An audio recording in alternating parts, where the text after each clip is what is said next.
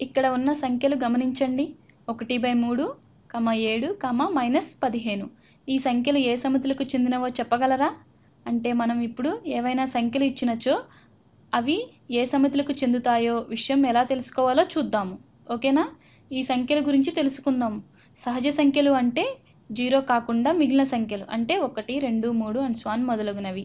పూర్ణ సంఖ్యలు అంటే సహజ సంఖ్యలు ప్లస్ 0, అంటే 0, 1, 2, 3 మొదలగునవి.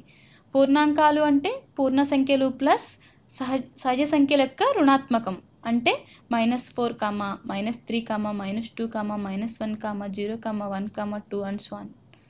కరణీయ సంఖ్యలు అనగా రెండు పూర్ణాంకాలను నిష్పత్తులుగా వ్రాయడం. కరణీయ సంఖ్యలను m/n వ్రాయవచ్చు. m అండ్ n రెండు పూర్ణాంకాలు.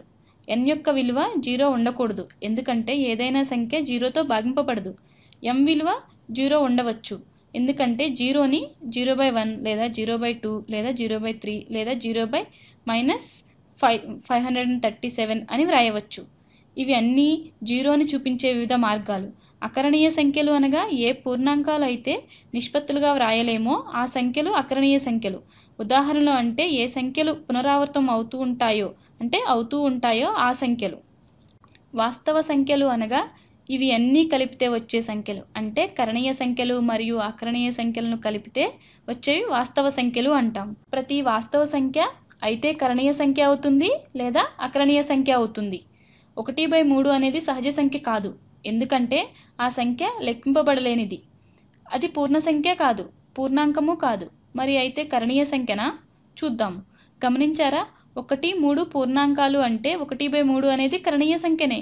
ఏదైనా సంఖ్య కరణీయ అయితే అది అకరణీయ సంఖ్య కాదు, అవునా? కాబట్టి ఇది వాస్తవ సంఖ్య కూడా అవుతుంది. ఇప్పుడు 7ని చూద్దాం. 7 సహజ సంఖ్య, పూర్ణ సంఖ్య. మనకి తెలుసు కదా, ఏదైనా సంఖ్య సహజ సంఖ్య, పూర్ణ సంఖ్య, పూర్ణాంకం అవుతుందో అది కరణీయ సంఖ్య అవుతుంది అని.